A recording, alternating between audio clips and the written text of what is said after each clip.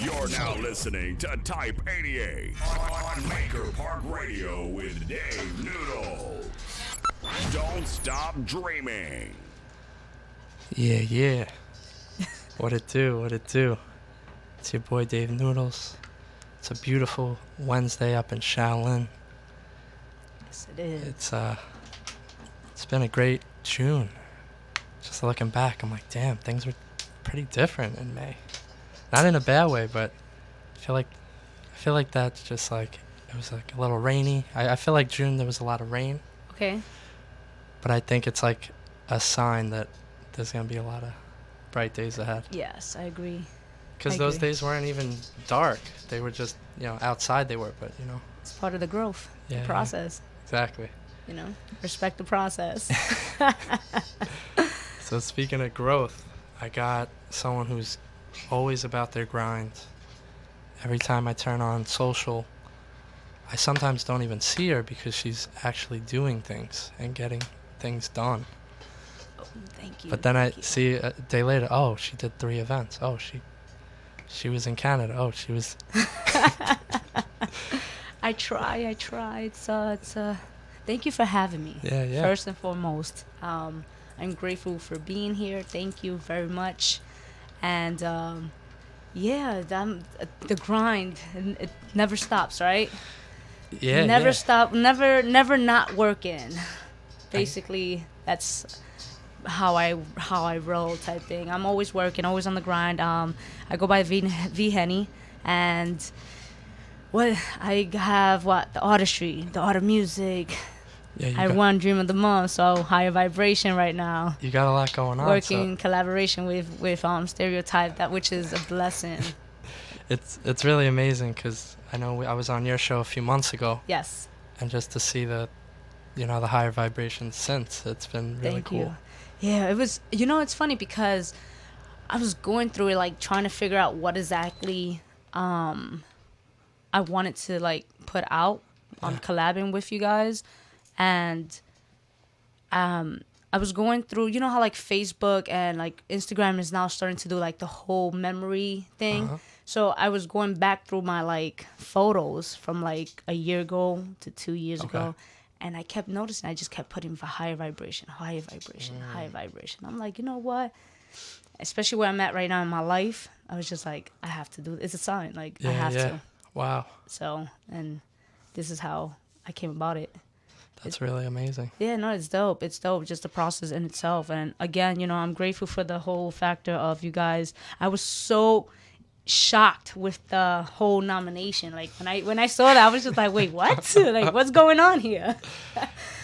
It happens. I've done that to a few people, but I was like, I see them grind and they're not even gonna realize this is coming. And then all of a sudden, I'm like, I always worry because I'm like, they have so much going on. I feel bad just throwing them in No, you threw me in. I was just I'm like, wait, the Spanish came out. I was like, espérate. I was like, what's going on here? So I was just like, oh my God. It was just so, I was so honored by it, It's, I'm sure you can relate. Sometimes you're not used to getting recognized, Mm-hmm. So it was amazing. It was amazing to feel that. And then it was just amazing the support that I got from that. And it was just Yeah, it's been an amazing. And what I really like about it, there's little symbols and it's in your face. I love design that communicates quickly. Mm-hmm. Higher vibrations, you see that quick, but there's all those accent marks. Mm-hmm. So it kind of leaves room for discussion too. Yeah, no, it does. Cool. With higher vibration, it's more than everybody knows I do music. I'm very much involved with music. Before I was doing radio, I was a hip hop artist. And music in itself, it's a frequency, it's a vibration. Mm-hmm. But right now where I'm at in my life, I had a very rough 2 to 3 years. I lost my godson to cancer.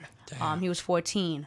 I went through a lot. So with the higher vibration, these few months I've taken the time to actually face my demons. Before it was just more in a sense where I was just brush it to the side and just continue working.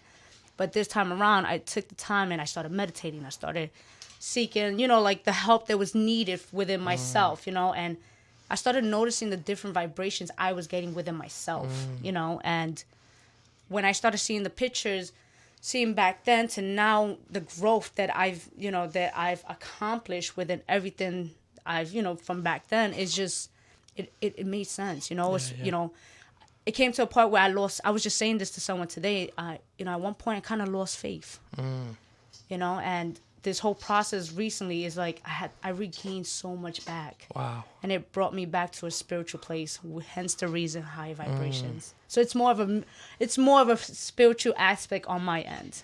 That's amazing. Yeah. And it's cool. I think certain designs could be taken many ways. Yeah. Like, so, you know. So you see how the eye, like how it has the symbol, it's because it's higher. You know, like certain things, when I was like working on the fonts, I was just making sure you can tell how certain things in the you know, implicate how everything's just a vibration heading towards upwards, you know. Got it. It's so dope. Yeah. So you've been on the grind. I saw that, you know, you did a lot of you kind of have a thing that's very consistent, the Art of Music concert series. Yes. So that's really awesome. How long you been rocking with that? All right. So the Art of Music, I started the Art of Music in 2011 actually. Nice. When I was rapping, I used to actually do it at, I don't know if you guys are familiar with Sapphire Lounge. Okay. That was by like LES area. Okay. So I used to do like events there, and eventually when I stopped doing music, I stopped in the hole. Then I brought it back when I came back with when I decided to come with the Artistry. So I reintroduced the Art of Music as well, and it's been consistent. I've been with the Art of Music. I will say about more or less 3 years, 3 to 4, going on 4 maybe. Yeah, so it's been a pleasure. It's been a pleasure just meeting the artists that I've met, the venues that I'm getting now. It's, you know, I'm having my next event. Actually, I'm doing my first time I'm doing an event at Bowery Electric. Sick. So for the Art of Music, my consistent venue would be the West End. Nice. I've done Harlem a lot, you know, so it's just basically a concert series where I hand select, like I tend to like listen to the artists, their music, and I pick them out myself. It's not just like slot fees with this one. No, it's basically I have to listen to your work, and if I like what you do, what I do with that is that I give them a package where they can make money. Got it. You know, so hence the reason why it's always a good turnout. You know, I tell them like, listen, you can get, you know, interviews, you can get radio plays, you can get X, Y, and Z, and also money, you know, with the people you bring. So It's always a good turnout. It's great. And I usually host my events. So that's cool because, you know, your start was in rapping, so it's cool that you still got a little bit of the, you know, you still keep that love, that flame going. How can you not? Like, I mean, hip hop, I grew up to music. I grew up to hip hop, you know. So my brother used to rap, but he used to battle, so I had to. And I'm from the Bronx, I have to. Like, it's in my blood. No, but it's definitely has become a blessing. And I will say, I love the fact that I do meet a lot of people within the hip hop culture. And I'm also diving into, like, right now, I don't want to put too much out there, but I am right now working. It's in the works. I will be working with Latin artists in Puerto Rico. Nice. So I have a venue out there, and it's a lot. I don't want to say too much, and I've been holding that out for a while already. That in Paris. So there was I went to Paris in 2 years, and that's been in the works as well. Sick. Yeah. So. So you know, to take, of course, we all got our hometown love that we hope to have. You clearly have it.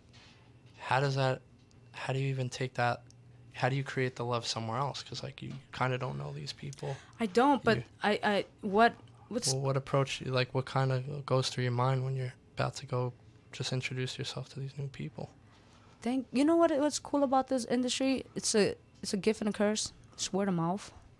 So when I went to Paris 2 years ago because it was an introduction. So they wanted to see the face to the name. Introducing myself. At the end of the day, like for the most part, I think I'm very easygoing. Yeah. I'm very respectable, presentable. So with me, like meeting these people, like I met promoters, DJs, artists, and they loved my approach. They loved my energy. So it came to a point. They saw me being consistent with my grind as well, and they was just like, "Yo, V, we have to work with you.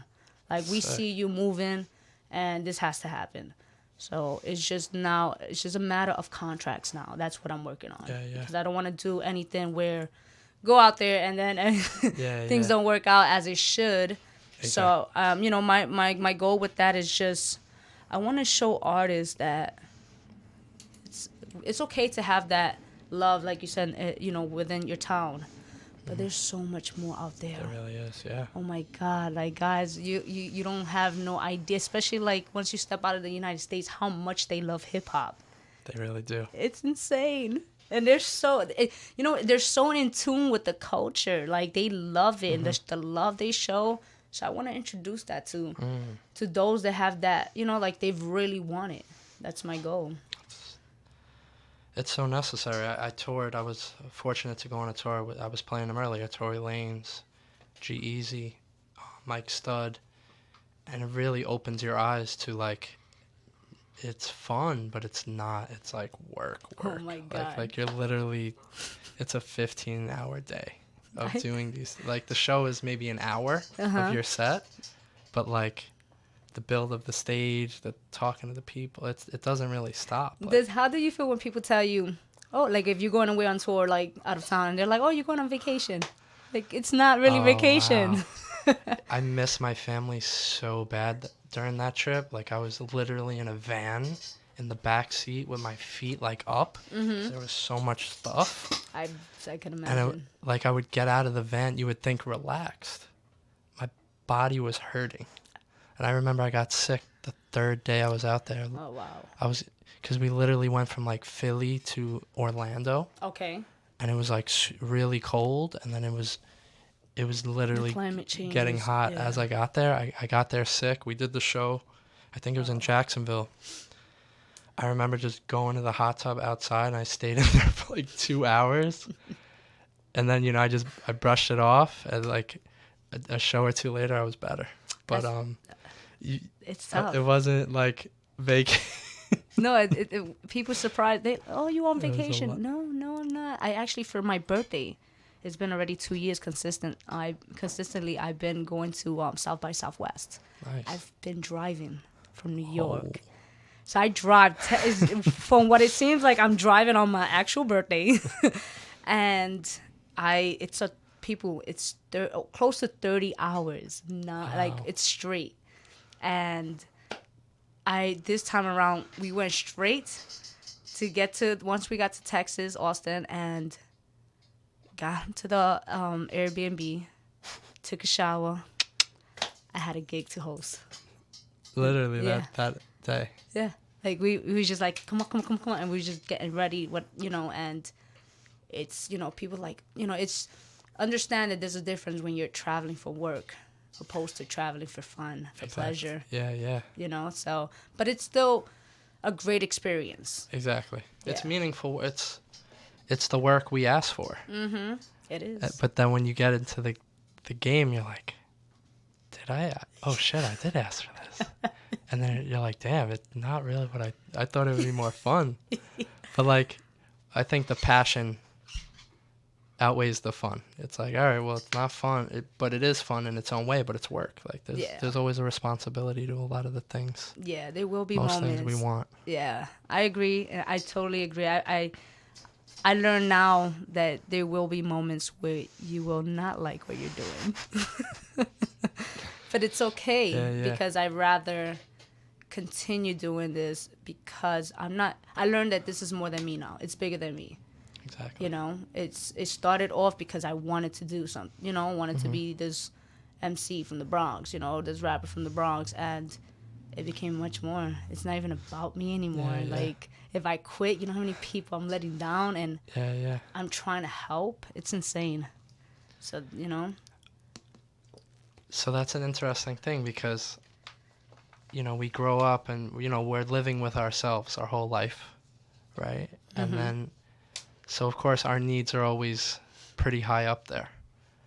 How did the roles revert? Not, of course you're working, but how did you step back and was like, you know what, like I don't really want to be on the stage? Was there like a shift? Was there like a fork in the road moment? Yeah, there was a fork. I will say maybe my first year with the Artistry was the realization.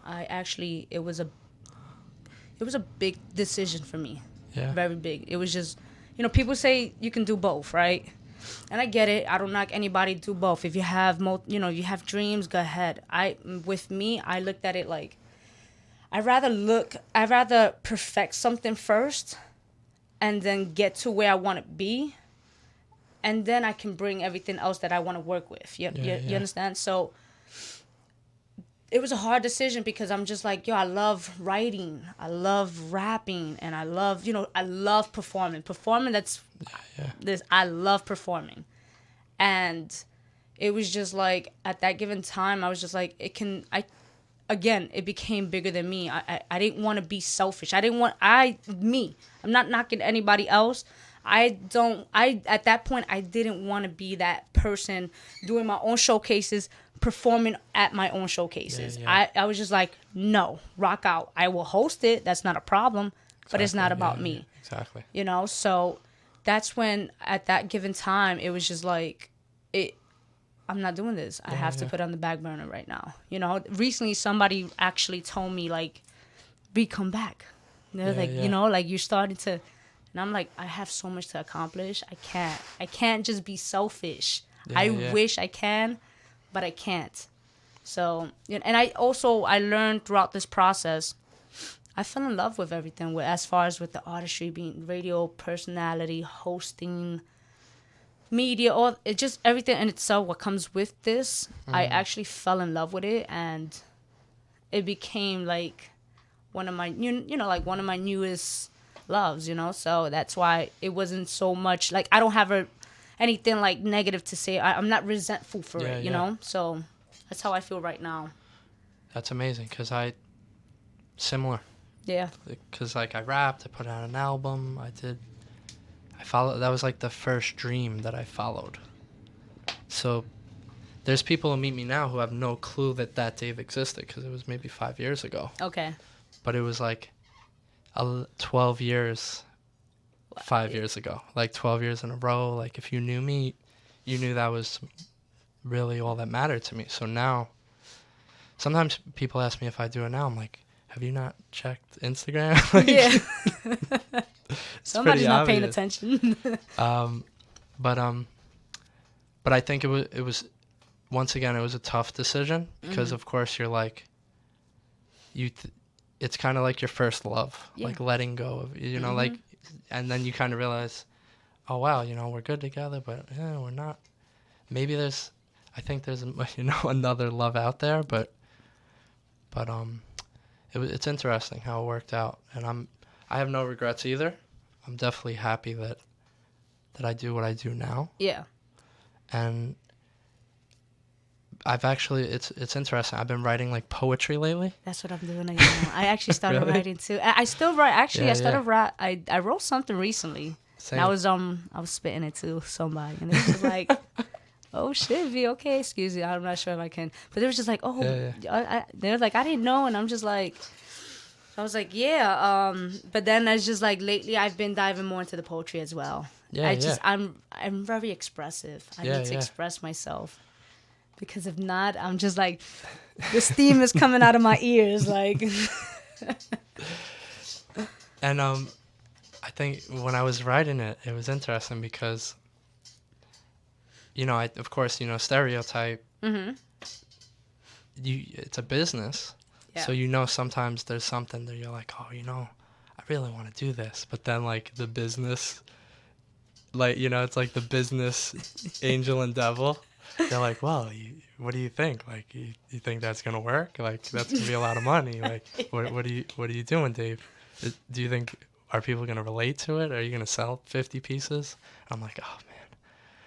So like writing the poetry, there was none of that. It's just kind of pure. There was no like, is this gonna sell? Does this have to sell? Like, so it was nice to just create where maybe no one or maybe one person may hear it.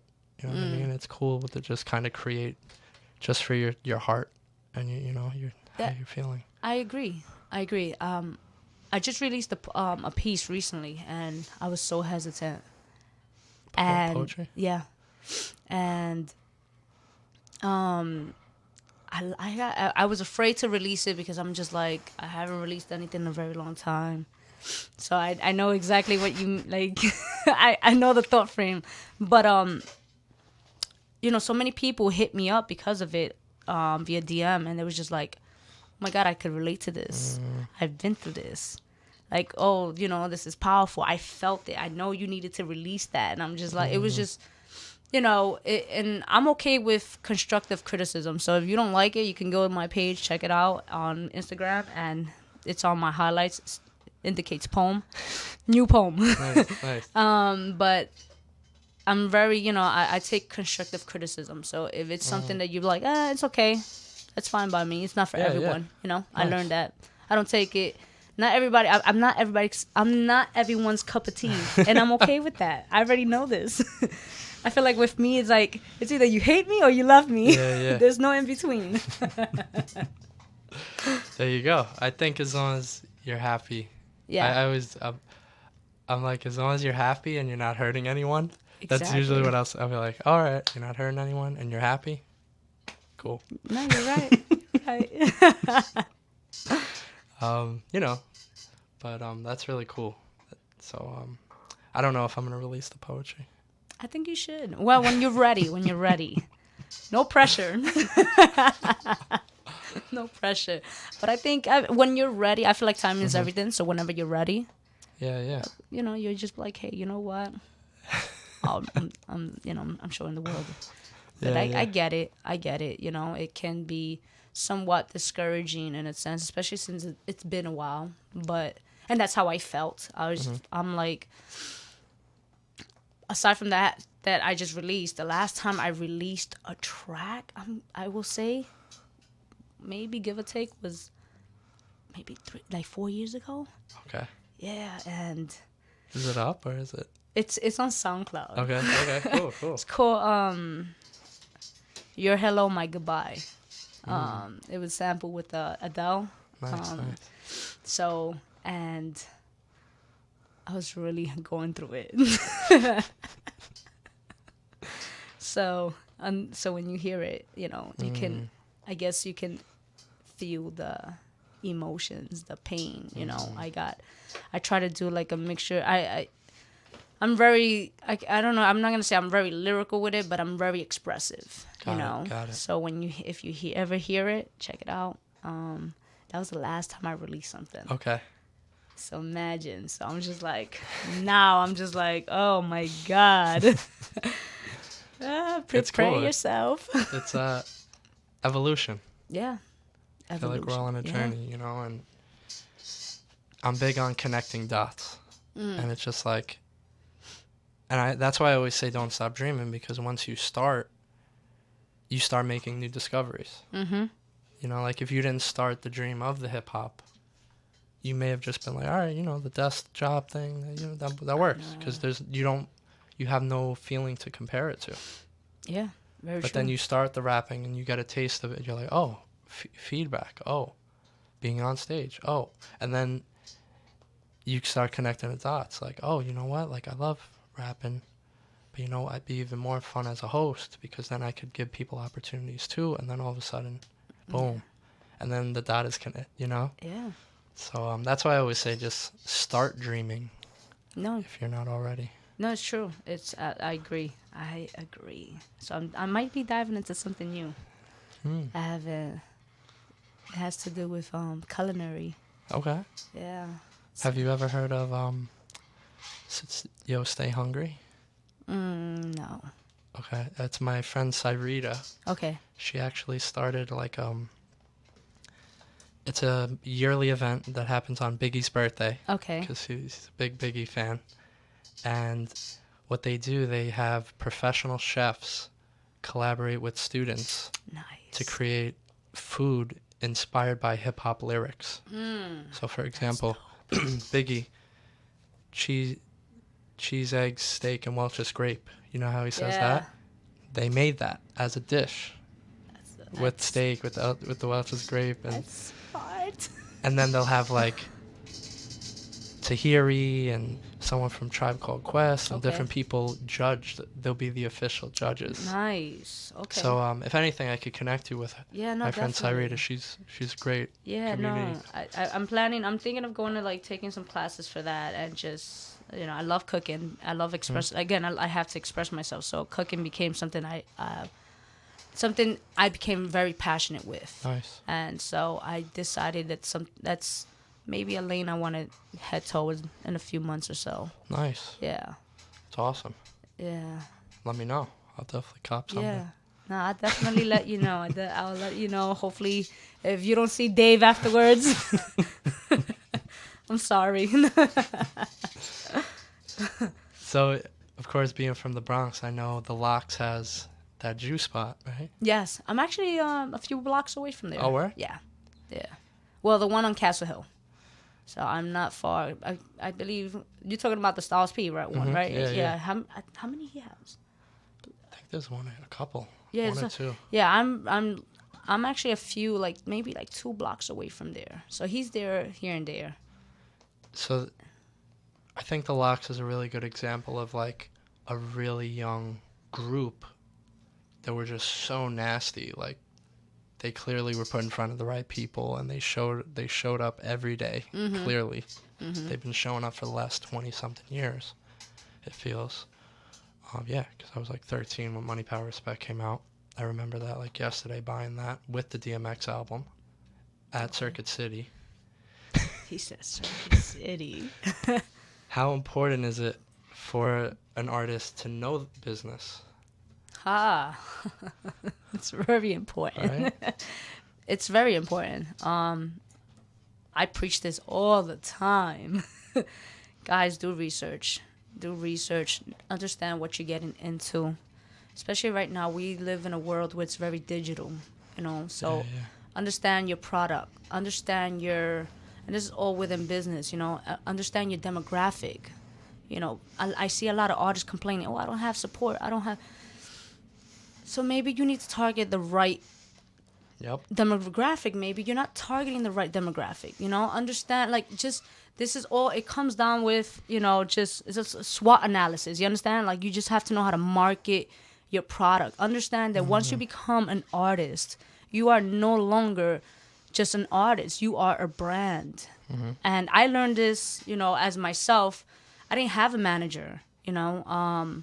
When I was doing music, I did not have a manager. However, I was traveling, performing, you know. I had my music played in Japan. I had my music played in Toronto. And that was just me, you know, learning on my own. Also, what was the benefit of it was also that I was really, really young working at Sony.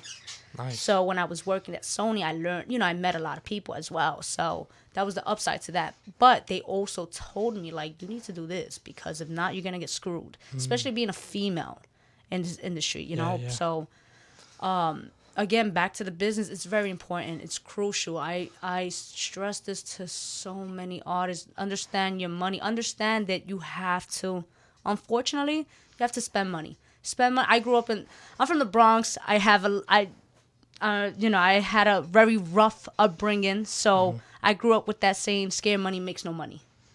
You have to spend money in order to make money, but spend it wisely. Exactly. You know, there's a difference when you can just spend it here and there, and then it's not being productive. You know, Exactly. So I just had this conversation too, and I just stress it so much to these artists because they're just going in blind with everything. They feel like just because I recorded and I dropped the track, I have a cover art and that's it. That's not how it works. Like this, if that's a hobby for you, then that's fine. You know, that's cool. Keep it like that. But if this is something where you want to eventually make this your primary, you know, job, then learn the business of it. This is your brand at that point, your product. Yep. And as much as you don't want to hear it, you're a product. That's it. You know, you have to be marketable. In whatever way you want to market yourself, but just make sure you're marketable. I learned that that's a key word in marketing. You have to be marketable. And again, know your demographics, know who you're selling to, know who's buying your music or who's listening your music. That's why you have to be very analytical. And if you don't know this is when it comes down to management. Yep. And stop getting your friends as managers. Well, friends, it's okay to have your friends, but people who don't know what they're doing. Always have your team. You know, surround yourself with those who know more. You know, Exactly. like that's how. I don't like a team. I don't like my team to. I don't like yes men's. I hate yes men's. I like don't yes man. Okay, no. Tell me if I'm out of pocket. Tell me if you're not big on something or if you have an opinion on something. Express yourself to me. That's how I am with my team. So when with that, and I like to have not only just not I don't want yes men's, but I also want people who know what they're doing and they're great at what they're doing. And if you know something more than I do, that's perfect. I'm not intimidated by that. I actually prefer. I like learning. That's just me, who I am, and it doesn't intimidate me at all. Like I don't. Some people they get intimidated with the fact that you know more, and they feel like, oh, he might want to compete with me or some sort of. No, it's not. It's if I eat, you're eating with me. Yeah, that's the whole factor to all this. That's how I go about when it comes to my team, and I go about when it comes to giving advice to artists when they want to take this seriously. Awesome. So there's something I see. Sometimes people will see someone maybe in a higher position. Mm-hmm. What advice would you give someone who maybe meets like a DJ or someone from a label to not kind of like lose in the first 5 seconds? Like what would you recommend? Like a new artist meets like they meet Jay. Do you recommend they spit on the spot? Do you recommend they have like a product that's like super unique? I would say. Is there a way to stand out? Well, if this it all depends. Like if they meet them, like if it's a meeting, let's just use that as an example. And if they have this meeting with Jay or with some label executives, me personally, come prepared. Have your numbers. Make sure you have a product. Don't just come here and just start spitting. Exactly. They don't care. Yeah, Scooter Braun does not care. Yeah, it really doesn't. You could be to dope, good songs, but they don't care. You have to come with a pack. You have to come with a package. You have to see. You have to show them why. You have to tell them why they want you. You understand? Exactly. So you have to just come. Just a lot of artists don't even have an EPK. So, so understand that's somewhat important in a sense. Have your bio, a properly written bio at that. Like little things like that. So if you can't have that ready, imagine going to a meeting. You're going to get chewed up. Exactly. You will be chewed up within 5 seconds. And I've seen it. Like, one of my co-hosts, Bert, he works with a lot of executives, and they have these meetings, and he tells them too. Like, I've seen it. Like what's this? Are you serious? Like, so, and it's it's a learning process for some. It's something that you learn eventually. But I'm letting you know, come prepared. Have a package. You have to let them know. Product. I think a good question too to ask as an artist is whose fans would like me? Like you? No, if I'm an artist. If you're an artist? I would say, I'm not me per se, but like I know. in life, I would probably say maybe Gary Vee fans would like me. Okay. Zig Ziglar fans would like me. Okay. And I feel like those two. If I had to be like, whose fans do I want to reach? You know what I'm saying? Mm-hmm. So like, for instance, you're a really dope singer. Mm-hmm. You were kind of talking about who you're marketing to.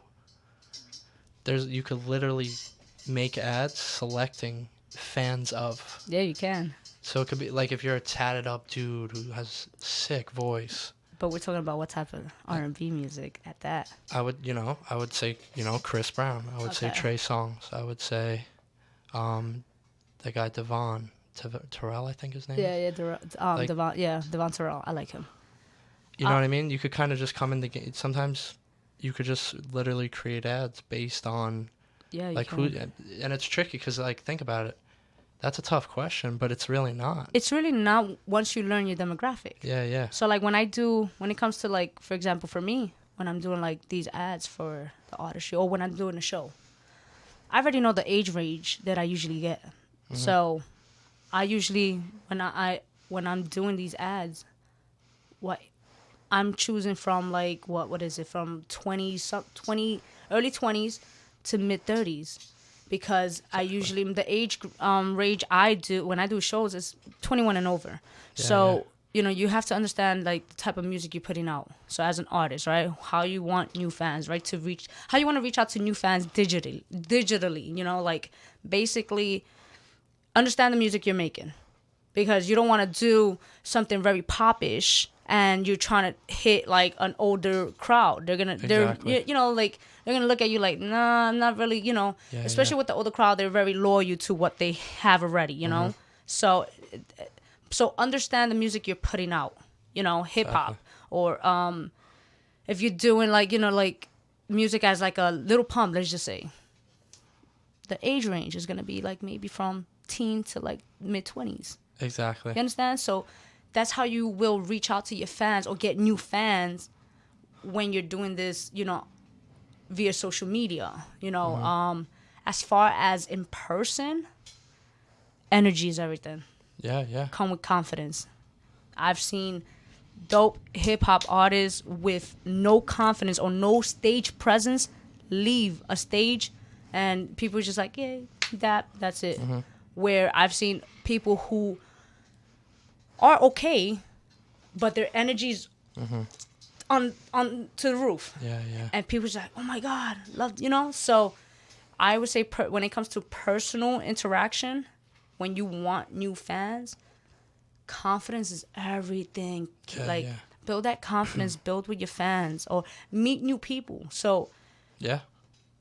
One thing that I learned going out of town, I don't know if you've seen this, but I know with me, going out of New York, I've seen a lot of artists come off a stage and right off the bat, hey, what's up? I'm V-Henny. Yeah. Take them on Instagram. A lot of us New Yorkers don't do that. You gotta do that. You guys don't network. I'm not saying everyone, but a lot of artists do not network. They rap, do what they do. They'll interact with their peoples, and then that's it. Yep. Put yourself out there. You have to. The goal is to not just impress your crowd. The goal is to impress the other rappers or the other singers' crowd, and make them your fans. That's the goal. That's real. So it's all based on your stage presence and your energy, and your confidence, because confidence is so key. I've judged many events and I go off energy and confidence. If I see you looking down, that's telling me you're not, you're nervous. I get you're nervous, if I see you, so it's just, that's one thing that I recommend with a lot of artists when they want to meet new want to attract new fans, but personally, as far as digitally, basically, I would just say that know your age group, and if that's the case, if you know your age group, then start putting your music out there outside of New York. Dive into other states. You have these ads. So who knows? Maybe they're you get fans like that. Yeah. People will listen to it. That's just an idea. Shout out to Mike Loco. He actually was saying that as well. He's like, yo, V, you can do it. And I was like, nah, you're definitely right with that. Yeah. When you do these ads and you want to build new fans, put your target and then put it outside of New York. Exactly. You never know. One or two followers is still 1 to 2 followers more than what you have. that means something. I don't know to you, but to me, Yep. that means a lot. I remember when I met Kid Cudi. I think it was definitely his first show. It was a blessing. He was at a Fool's Gold event, and I think A-Track's crowd is very open. Okay. They're like, they could hear hip hop. They could, it was very, like, I guess, quote unquote hipster crowd. Okay. Like, they're kind of ready for whatever's kind of presented. Okay. Very good audience to be in front of as Kid Cudi, who's Okay. not a traditional, I would say, hip hop artist. It worked like a charm. Shout out to Plain Pat and Kanye for. But he had the proper team. Yeah, exactly. I think if you put him in a hardcore situation, opening up for, like, I don't know, just say even Wu-Tang, it would have completely Failed. backfired. But, like, Yeah. the Kid Cudi EDM, it was kind of during the EDM rap blending, That's what I said. mishmashing. That's why I know your demographic.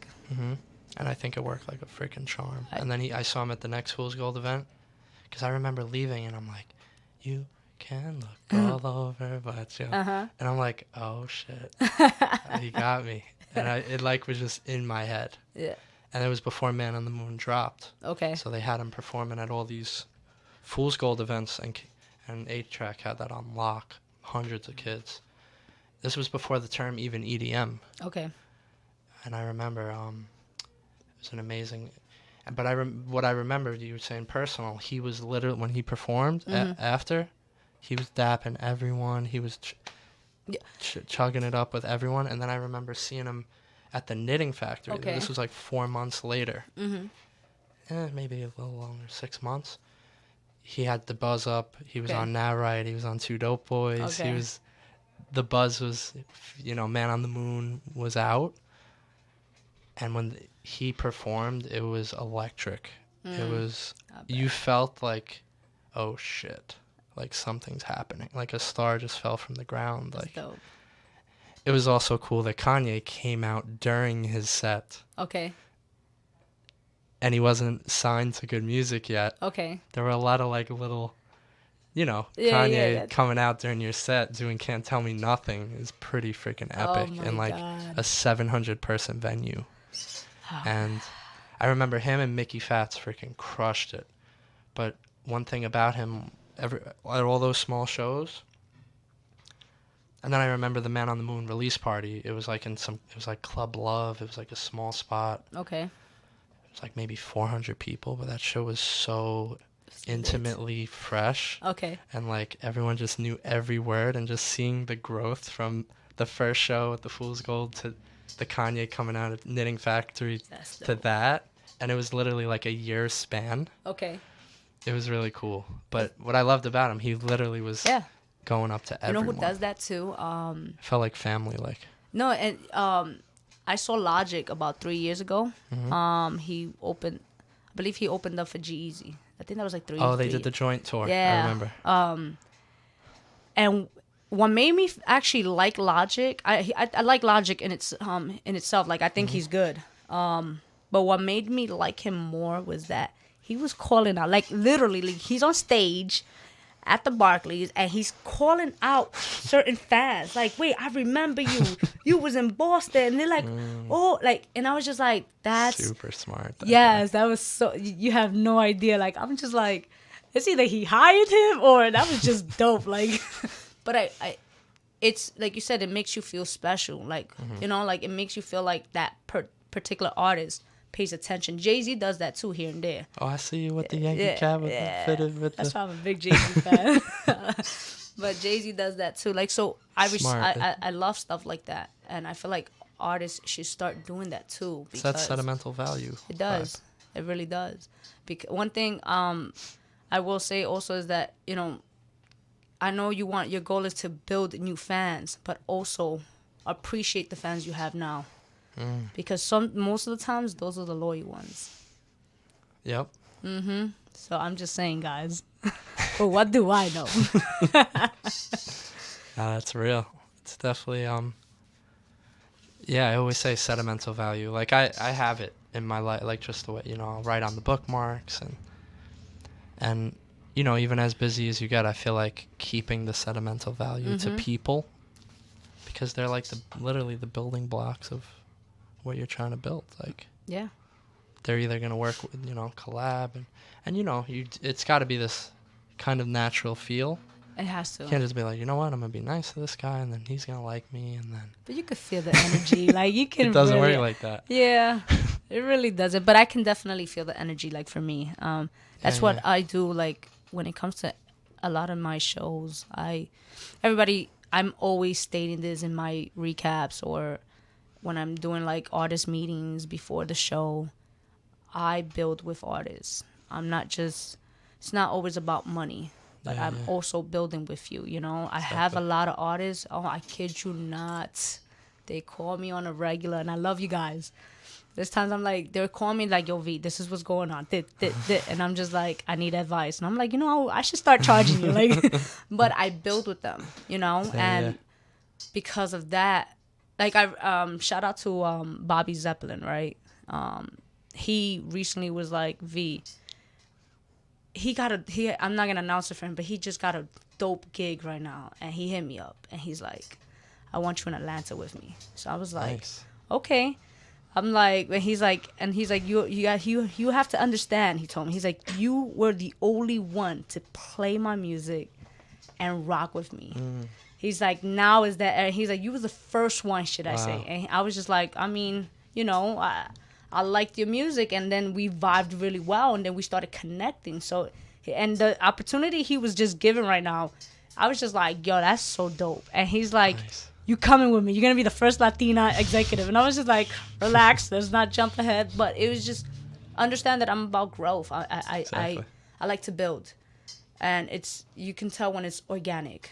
Exactly. And if it's not organic, those you can ask people about me. If I feel anything that's funny style, I keep my distance. I'm like, no, I'm good, thank you, you know. But I wish you the best. I would never wish anybody anything negative. It's not my style. So it's just how I work. It's I'm pretty approachable, and I'm very organic when it comes to being constructive with the criticism, with work ethics, you know, and just where I stand with everything that I'm working on. You know, you shouldn't be surprised with who I am, in a sense, you know. It's been really dope to just get kind of a behind the scenes vibe of you know, and kind of hearing the story of making music to going around the world to you know, to support the dreams of others. So it's obvious why you're Dreamer of the Month, though. Nah, thank you. I appreciate that. I'm just like, I was like, I wasn't ready. Nah. Listen, I want to say shout out to Dave. He had me dancing. I have to hire you as a DJ because I wasn't ready for that. I was just like, okay, Dave, okay. Nah, I definitely. Thank you. You know, like, you really need to announce that here and there. You had me like, well, I wasn't ready for that. Oh, you really dropping that?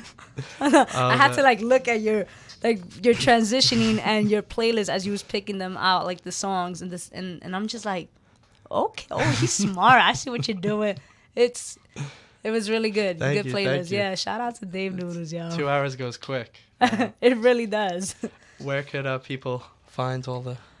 You can find the Artistry. You go to our website, the artistry.live, Instagram, or just social media and all platforms is the Artistry NY. You can follow me V-Henny _ and V-Henny on everything. And from there, just connect with me, guys. You can DM me, just connect with me, and you know, I'm pretty easygoing. You know, I'm about building, so let's make this happen. And I want to say thank you again. Of course. I'm so grateful for this. Thank Anytime. you. You're always welcome. You always have my support. Anyone tuned in, I hope to see you all at the Makerpark block party this Saturday on Thompson Street. Bands, DJs, beer, tent, food, free, kids, activities, merch. It's gonna be a dope lineup. Lard Dog and Band of Shy, Nalani's Polynesian Hula Hua, Vern 22, Vince Clark, Enrage, Hungry March Band. Then, of course, we got some Type 88 guests, Eddie I, Prima, C, and Paul Mars. So Come through. It's going to be an amazing vibe. Pull up, Shout pull out. up. There's going to be Hobra Tacos, Seppi Pizza, Beans and Leaves, Chow Noi, Tip the Wagon Ice, Eggers. Damn, I don't think I'm going to eat before I go.